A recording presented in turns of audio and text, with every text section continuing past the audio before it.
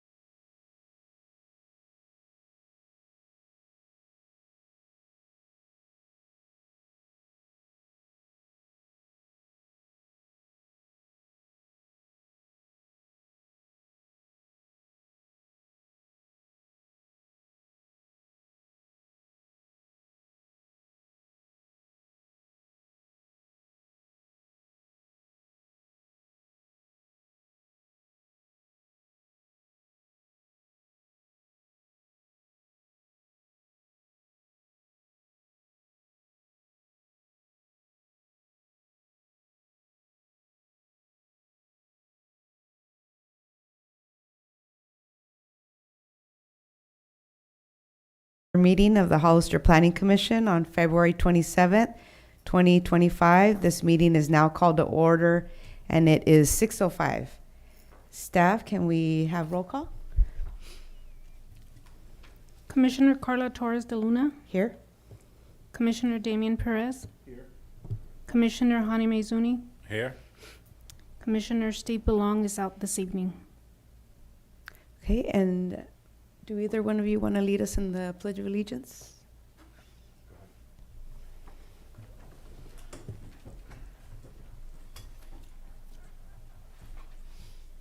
I pledge allegiance to the flag of the United States of America, to the republic for which it stands, one nation, under God, indivisible, with liberty and justice for all. Thank you. Do we have any speakers for public comment, public input?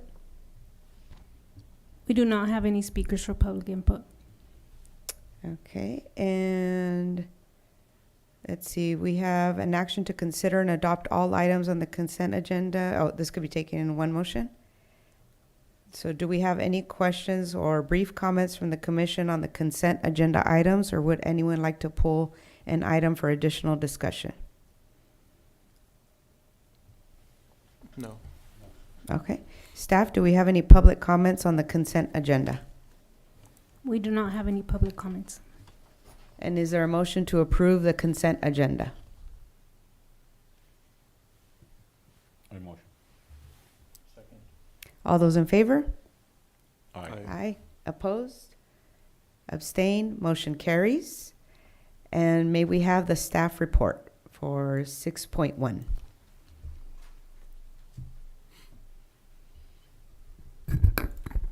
Yes, thank you. Good evening. I apparently put 5.1, but this is item 6.1. This is Appeal 2024-3 filed by Alexander Siwak regarding fencing in the Farmstead subdivision. This item, as you'll recall, was continued from the February 6, 2025 Special Planning Commission meeting agenda as the Planning Commission requested additional information on timelines of the project, which have been provided in your staff report.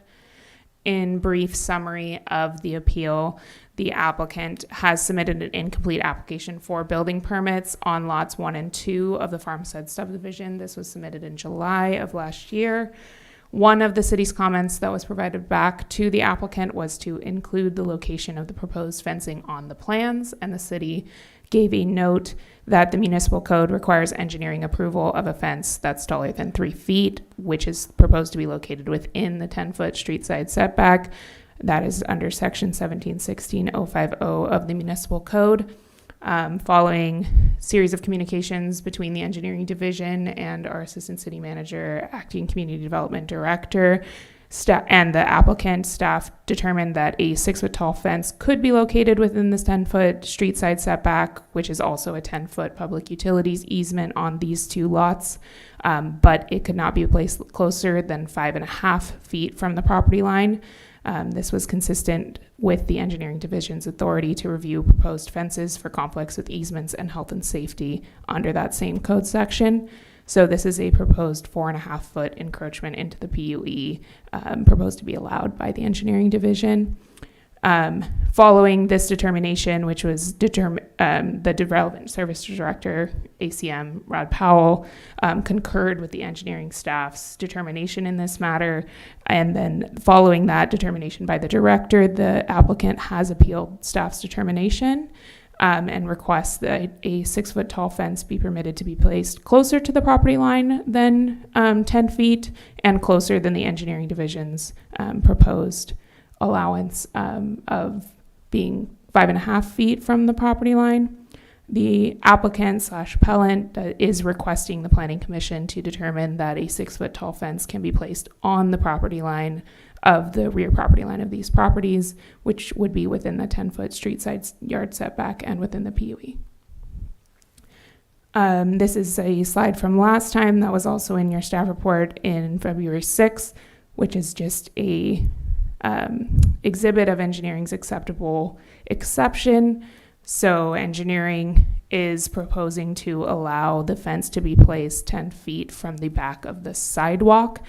Within the right-of-way, there is a 4.5-foot landscaping strip. So rather than the fence be placed 10 feet from the back of the property line, which is shown in red, the fence could be placed 5.5 feet from the property line within that 10-foot PUE and within that 10-foot setback that the code describes. In very brief summary, I've pulled out just a couple of key dates that are outlined in the staff report, but happy to discuss further with the Planning Commission if they have any questions on any of the other dates. In January 2011, that section that's referenced, the table in 1716-050, was adopted by the City Council under Ordinance 1071. The Farmstead subdivision was approved. The entitlements were approved by the Planning Commission in January of 2016. In November of 2019, the engineering standards were revised. Additionally, in November 2019, the final map for this project was approved. In June 2020, the final map was recorded, and then in December 2020, the improvement plans were approved for this project. And then as it relates to the building permits and the appeals, the building permit applications, again, for lots 1 and 2 were submitted in July, on the 8th of July of last year. Comments were returned by the city, including comments from building, planning, engineering, to the applicant on July 26th. One of the comments was related to this fence issue that has brought before the appeal tonight. On September 6th, following the communications, which are included in your staff report, the determination that I described was made by the director, and on the 17th of September, this appeal was filed. Again, the engineering division and ACM Powell have had multiple meetings, site visits, and written exchanges with the applicant in between the July 8th submittal, but mostly in between after the city comments and between the appeal file. And that was the determination for an acceptable exception. And again, staff's recommendation tonight is to deny the appeal, affirming staff's determination and interpretation of the municipal code, and further directing the applicant to revise their building permit applications for lots 1 and 2, which includes to include a response to all of the city comments, as well as identifying the location of the rear yard fences to be placed no closer than 5.5 feet from the northern property line. There are three options, just outlined here, outlined in your staff report.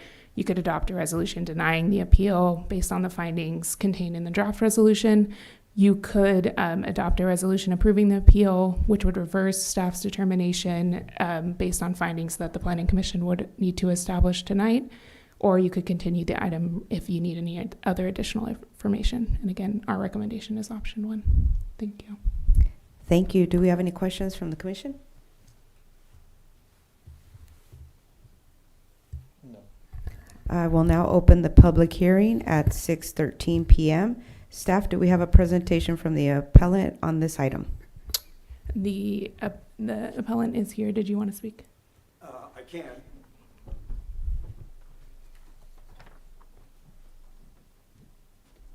It's difficult in the 3 or 5 minutes that I have to go through the 6 pages in my presentation. And so maybe I'm hoping the commissioners will take their time and read what I wrote and reference the exhibits that I've supplied. 42 days ago, I asked the engineering department for the ordinances, the resolutions that went back a number of years that are being referenced here, the one in 2013 and the one in 2019. Those were finally given to me at noon on Monday, 3 days ago. I've been able to incorporate all those into my presentation. So, in summary, there's 3 things. One, the staff makes a unsubstantiated, without any evidence, statement that there's a health and safety issue. If you go to Exhibit 53, which is in the package this evening, you'll see that at the bottom of the page that Lot 38 has already been built, and the fence lines have been transferred onto a scale on the page. And although the city doesn't have a development standard for what's called site triangles at intersections, that's what I've projected here. And in February 6th, I presented City of San Mateo's standards about how to do that. At the Brennan South Street, there's a stop sign. At the South Street West Side Boulevard, there's a stop sign. There's no stop sign at Patrick Drive and Brennan Way. The curb face distance from the triangle, from the apex of the triangle at the Patrick Drive, Brennan Way intersection measures about 36 feet. At the stop sign on Brennan and South, it measures about 33 feet. From the property lines, when we put the approved fence on the east side of Lot 1, that will provide a 40-foot setback from the projected corner of the face of curbs there. So even though the city doesn't have development standards, they did let build the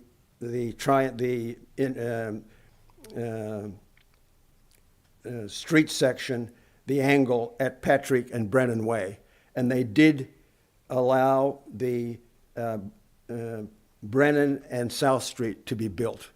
So we are building a bigger setback. And when you look at the pictures that you go down, and I think it's picture 7 and picture 9, what is set as the sight line down South Street is determined by the existing northern terminus of the fence at the end of between Lot 2 and Lot 38. The second thing is the interaction with the resolution, the Kimley Horn coming along in November of 2019, and with the previous city engineer who since was let go, they decided that they would put in there that you cannot put a sound wall or a residential fence on PUE easements. That was not the case up till that point. There's no evidence in the months leading up to that as that why that should be. They just did it. That type of change needs to be passed by the city council. It was not.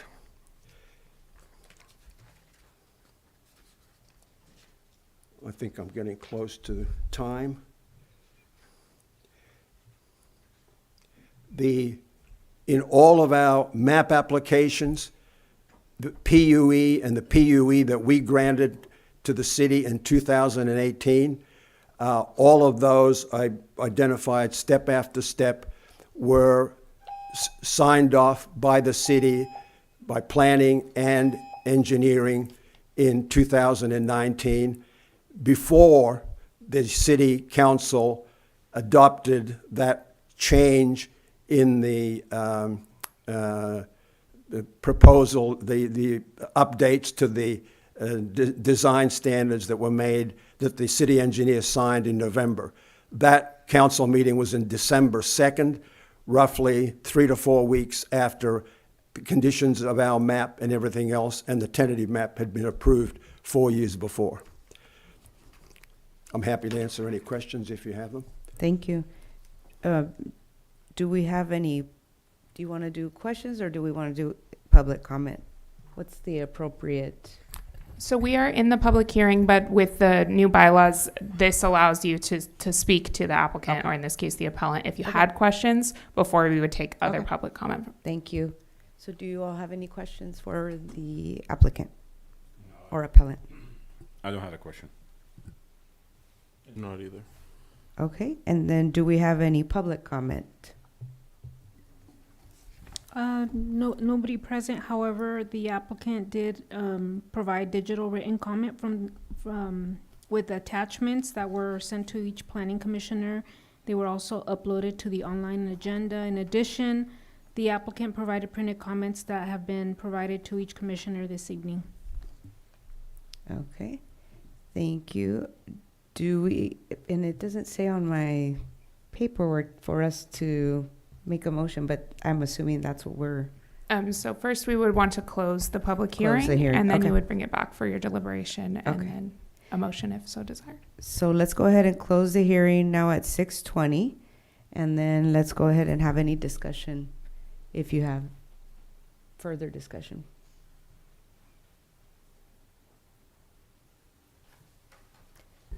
And Because we you had also requested more time. Is there, does that I satisfy? asked her for the timeline and I got the timeline, so I'm satisfied. You're set, okay. So now we can go ahead and then, is there a motion, and what would the motion be for which option? For 1, 2, or 3? I guess I would motion for number 1, since I was the one who asking for the timeline. I'll motion for number 1 because I'm satisfied with the timeline. Okay, motion to adopt a resolution denying the appeal 2024-3 based on the findings as contained in the draft resolution. Is there a second? Second. And all in favor? Yeah. Aye. Aye. Anyone Aye. opposed? Abstained? The motion carries 3-0. And going to 8.1, Planning Commission reports. Are there any reports from the commission? No. Okay. And then staff, do we have any reports? I don't believe I have any reports. Thank you. Okay, then the meeting is adjourned at 6:21. Thank you, everyone. My apologies, I was late. I was coming from San Jose. Thank you. Thank you. And let's find out when our next meeting is. Oh, I did have. What's that supposed to be Yes, official? it doesn't need to be. Okay. We are gonna have, we've been in contact, but we're gonna have a special meeting on the 13th to kick off objective design standards, study session. with the Okay. Commission, and then the regular meeting is gonna be the 27th of March. The normal. The normal. And then, is it appropriate to ask, so the stuff that happened with Calavera Coffee, you know, all of the, I don't have to tell you, does that have anything to do with planning commission before, like as far as, you know, whatever? approvals? No, okay, I was trying to understand, that's more city council? It's not really either. The It's not things that either. they were going through, like, for example, some of the things that they applied for, Right. that would have been, like, a planning item is their outside cafe, that's like an administrative permit review. Their coffee roasting is like an internal, tenant improvements, so Okay. that goes through the building department, so Okay, so not, none of the These projects or entities. things that they've done would Yeah, elevate there's to your no- level. oh, Yeah. okay, I just wanted to make sure there was obstacles. Okay, thank you. Can I ask a clarification? In my letter, right at the end, I asked that if denied, that the commissioners supply the evidence, the findings based on the evidence that led to the denial decision. And Because because it- the meeting's over, the commission shouldn't discuss items within its jurisdiction, but if you have a question for staff, you can certainly ask. Well, I just want to point out that that was my question in the paperwork that I gave the commissioners. And so I want to just make sure that they're aware of that. And because if we file an appeal, we need to know what we're appealing from and what evidence and findings they had as to how we can file an appeal. I mean, that's standard practice. Yeah, so the council, or the planning commission had adopted a resolution, and that resolution, it contains the findings for the decision. So, and that's in the agenda packet. The resolution that they adopted tonight, it was in the. But there was no evidence provided for health and safety. There was just a statement, you know, it could cause. I mean, that doesn't make sense. You have to have evidence, a finding, and a decision. Could he email you all that question? Yeah. And maybe put it in a written for them to be Well, able it's to, in I my understand. request to you. I understand. Well, you Right. can't make a request to the commission out